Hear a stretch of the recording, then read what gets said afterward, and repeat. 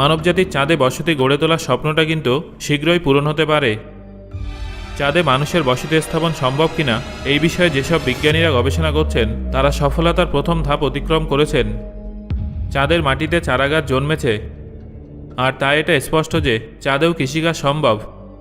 বিজ্ঞানীদের পক্ষে এই কাজটা মোটেও সহজ ছিল না, কিন্তু তারা এই কাজে সফল হয়েছেন। চাঁদের মাটি পাথুরে হয়, সেখানে কৃষিকাজ করা অনেক কঠিন। অন্যদিকে পৃথিবী থেকে চাঁদে মাটি নিয়ে যাওয়া সম্ভব নয়, কারণ এতে খরচ বেশি হবে। তাই বিজ্ঞানীরা পরীক্ষা করে দেখেছেন যে চাঁদের মাটিতে ফসল ফলানো সম্ভব। আমেরিকান মহাকাশীয় এজেন্সি নাসার অ্যাপোলো মিশনের সময় চাঁদের থেকে পৃথিবীতে মোট ৩৮২ কেজি পাথর আনা হয়েছিল।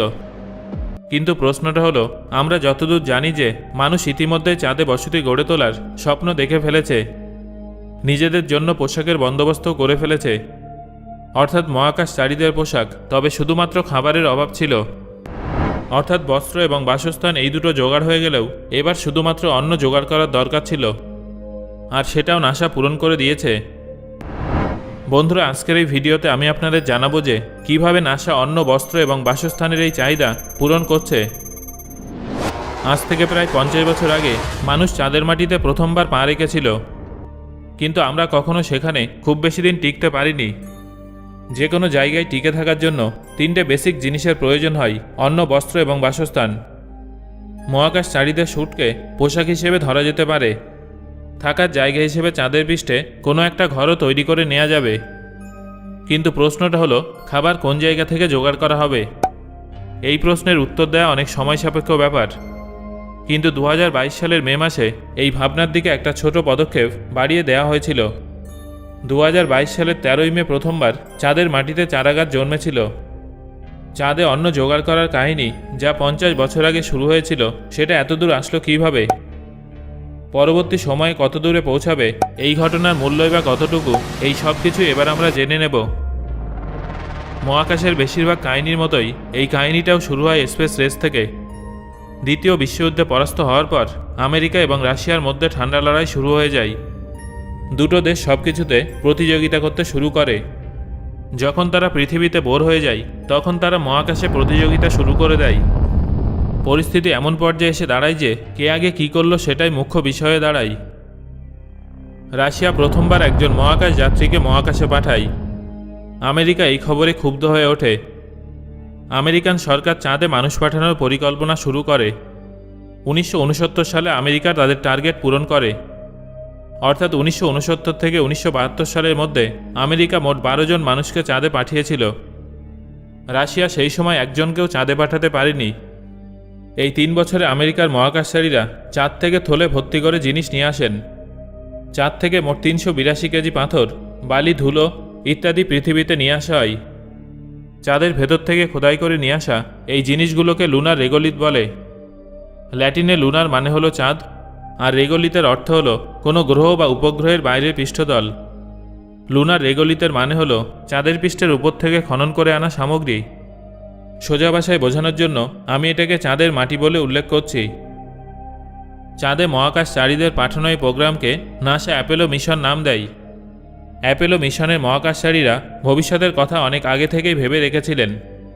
তারা ভেবেছিলেন যে যেহেতু সেই সময় তাদের কাছে খুব উন্নত মানের প্রযুক্তি ছিল না, তাই ভবিষ্যতে যখন তারা প্রযুক্তিগত দিক থেকে আরও উন্নত হবে, সেই সময়ের জন্য তাদের এই চাঁদের মাটিগুলো সংরক্ষণ করে রাখা উচিত।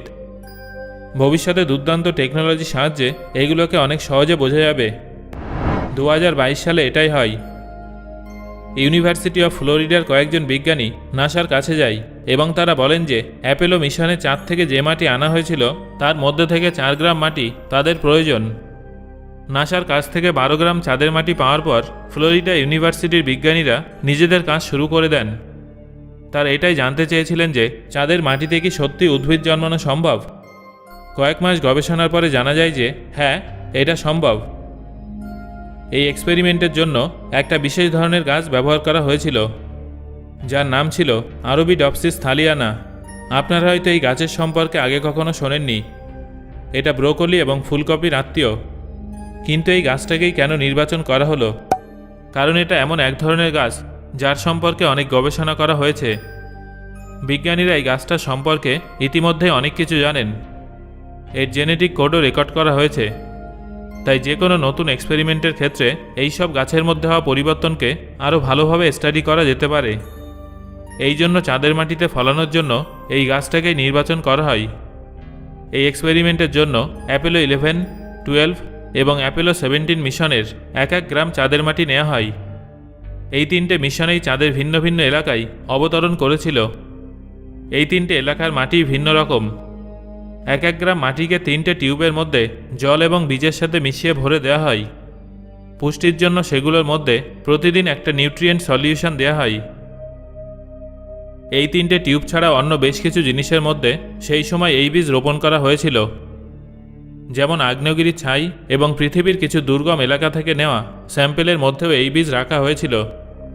পৃথিবীর কঠিন এলাকার তুলনায় চাঁদের মাটি কেমন পারফর্ম করে এটা জানার জন্য এবং তুলনামূলক অধ্যয়নের জন্য চাঁদের মাটির পাশাপাশি পৃথিবীর মাটিতেও সেই বীজ রোপণ করা হয়েছিল।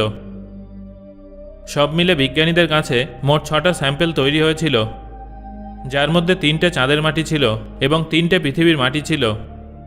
বীজ রোপণ করার 2 দিন পরই সব চারা অঙ্কুরিত হতে শুরু করে। এটা দেখে বিজ্ঞানীরা প্রচণ্ড আনন্দিত হয়। তারা এটা আশা করেননি যে চাঁদের মাটিতেও চারা গাছ উঠবে। এই এক্সপেরিমেন্টের ফলে এটা প্রমাণ হয়ে যায় যে চাঁদের মাটিতে সহজেই গাছ লাগানো সম্ভব। 6 দিনের দিন সমস্ত চারা গাছগুলোকেই একই রকম দেখতে লাগছিল, কিন্তু 6 দিনের পর থেকে গাছগুলো আলাদা আলাদা রাস্তায় এগিয়ে যায়। চাঁদের মাটিতে থাকা চারা গাছগুলো নির্জীব হয়ে যায়। সেই চারা গাছগুলোর বৃদ্ধি কমে গিয়েছিল, এমনকি সেগুলোর পাতায় লাল দাগ দেখা দিতে শুরু করেছিল। এছাড়াও কিছু কিছু পাতা সম্পূর্ণ বিকশিত হতে পারছিল না। তবে অর্ধেক হোক বা সম্পূর্ণ চাঁদের মাটিতেও কিন্তু চারা গাছগুলো একটু একটু করে বড় হচ্ছিল। সবথেকে অবাক করা বিষয় এটাই ছিল যে চাঁদের মাটির 3টে ভিন্ন ভিন্ন স্যাম্পেলের মধ্যে ভিন্ন ভিন্ন প্রতিক্রিয়া দেখা যাচ্ছিল। অ্যাপোলো 11-এর স্যাম্পেল বাকি দুটোর তুলনায় অনেক দুর্বল ছিল। সম্ভবত এটা এই জন্য হয়েছিল কারণ চাঁদের ভিন্ন ভিন্ন এলাকায় সূর্যের থেকে আগত রেডিয়েশনের মাত্রা আলাদা হয়, যার ফলে সেখানকার মাটিতেও পার্থক্য লক্ষ্য করা যায়। কিছুদিন পরে যে কেউ খালি চোখে এটা দেখে বলে দিতে পারত যে চাঁদের মাটিতে জন্ম নেওয়া 3টে চারা গাছ বাকি 3টের তুলনায় দেখতে অনেকটাই আলাদা। 20 দিন পরে এই চারা গাছগুলোর জেনেটিক স্টাডি করা হয়। জিন প্রত্যেকটা প্রাণীর বুনিয়াদ ঠিক করে। গাছগুলোর মধ্যে কেমন ধরনের জেনেটিক পরিবর্তন দেখা দিচ্ছে এটা জানার জন্য বিজ্ঞানীরা উদ্গ্রীব ছিলেন। জেনেটিক স্টাডি থেকে এটা জানা যায় যে চাঁদের মাটিতে থাকা গাছগুলো চাপ অনুভব করছে। এই ধরনের চাপ তখন দেখা যায় যখন মাটির মধ্যে ভারী মেটাল এবং প্রচণ্ড পরিমাণে লবণ থাকে। ভিডিও শুরুতে আমি আপনাদের অ্যাপোলো মিশনের সম্পর্কে জানিয়েছিলাম। সেই অ্যাপোলো মিশনের সম্পর্কে আরেকটা গুরুত্বপূর্ণ ফ্যাক্ট হলো শেষ অ্যাপোলো মিশন 1972 সালে চাঁদে পাড়ি দিয়েছিল। তারপর নাসা কর্তৃক মহাকাশচারীদের চাঁদে পাঠানো বন্ধ করে দেয়া হয়। আমেরিকা ছাড়া অন্য কোনো দেশ সেই সময় কোনো মানুষকে চাঁদে পাঠাতে পারেনি, অর্থাৎ বিগত 50 বছরে কোনো হোমো সেপিয়েন্স চাঁদে যায়নি। কিন্তু আমেরিকা পুনরায় চাঁদে যাওয়ার প্রস্তুতি নিচ্ছে। নাসার এই প্রোগ্রামের নাম রাখা হয়েছে আর্টিমিস মিশন। 2025 সালে এই মিশনটা চাঁদে পাঠানোর পরিকল্পনা করা হয়েছে। গতবারের অ্যাপোলো মিশনের মতো এবার নাসা কিন্তু চাঁদে শুধুমাত্র ঘোরাফেরা করতে যাচ্ছে না। এবার তারা সেখানে দীর্ঘ সময় থাকার পরিকল্পনা করেছে। নাসার তরফে এমনটাই জানানো হয়েছে। তবে এই অবস্থায় এই গবেষণাটা চাঁদে খাবার এবং অক্সিজেনের বুনিয়াদ হতে পারে। শুধু চাঁদেই নয়, বরং মঙ্গল গ্রহে এবং বাইরের মহাকাশে আস্তানা গড়ে তোলার জন্যও এই গবেষণা অনেক সাহায্য করবে বলে মনে করা হচ্ছে। এই গবেষণার একটা বোনাস পয়েন্ট হলো এই ধরনের প্রয়োগের মাধ্যমে কৃষিকাজে ইনোভেশনের আশা বজায় থাকবে। পৃথিবীর সেই সব এলাকা যেখানে কোনো কিছু ফলানো ভীষণ কঠিন, সেখানে খাবারের অভাব আছে, সেই সব জায়গায় এই গবেষণা থেকে সাহায্য পাওয়া যেতে পারে। এটা বুঝতে সুবিধা হবে যে গাছপালা কঠিন পরিবেশে কিভাবে ফুলে ফলে পরিপূর্ণ হতে পারে। সো বন্ধুরা, এবার আমাকে কমেন্ট করে জানান আপনার কি মনে হয় বিজ্ঞানীরা কি চাঁদে গাছ লাগাতে পারবে? আর ভিডিওটা ভালো লাগলে একটা লাইক করুন এবং বন্ধুদের সাথে শেয়ার করুন।